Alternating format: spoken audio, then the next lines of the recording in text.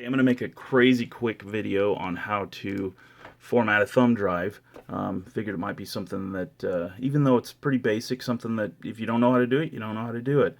So I had a Roku-like device called a Western Digital, and I wanted to downgrade the firmware. And to do that, the thumb drive that you're going to use has to be formatted to FAT32. So this is a 16 gig thumb drive.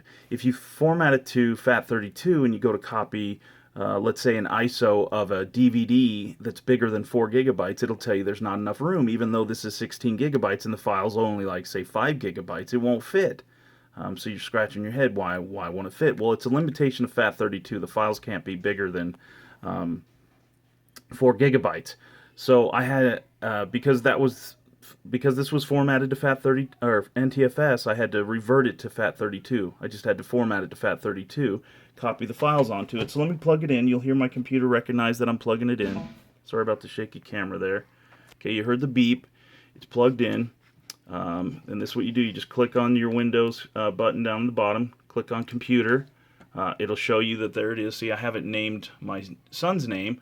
And I'll tell you why I do that. Because if your kid loses it, and one of his classmates finds it, like my kids actually found a thumb drive walking home from school, and we didn't know whose it was. We couldn't tell from any of the assignments, so the kid's out a thumb drive, and his kids or his parents might slap him around for losing it. Just kidding. So anyway, this is how you do it. So you right click it, you choose Format, and here's your choices. Right now, I think it's because it's already NTFS, so it thinks I want to just reformat it with the existing format.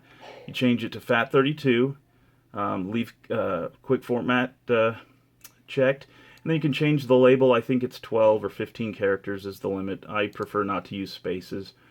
Just click Start. It gives you a little warning message. Click OK. Takes a few seconds, and then it's done. When it pops back up, it says the format's done. Okay. You can do the same thing. So if it's formatted to FAT32 and you want it to be NTFS, you just do the opposite. Choose that. Gives you a warning message.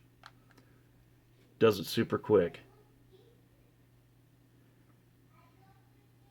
When it's done, it took a little bit longer, but one of the other things that I'll do, let me show you, is that these are the files that were already on here. So it has a couple of assignments, but if you can see that, it says if lost, return to, and it's got his name and then my wife's phone number. So I'm going to copy those files back to it when I'm done. But let me show you something else. When I had a teacher one time for, I don't know, some computer class. He's like, always make sure you eject your stuff nicely. See where it says safely remove hardware? When I do that, it's going to call this a store and go or something like that. And I used to thought, it's bull crap. I'll just unplug it. And I've had this happen to me twice now. When I haven't safely ejected it, just yanked it out when it was plugged in, and all the files on the thumb drive became corrupted. And some of them were super important to me, and it took me forever to get them back. So always eject it. I know it's a pain in the butt, and it takes a few extra seconds, but just do it. So you click on that, and once you do it, it'll say safe to remove. So once you do that, you're good to go. Trust me, just do it, because if you don't, you're going to be, that one time when it corrupts the files, you're going to be really mad at yourself for not doing it because it's simple. Anyway, thanks for watching. Hopefully this helps somebody.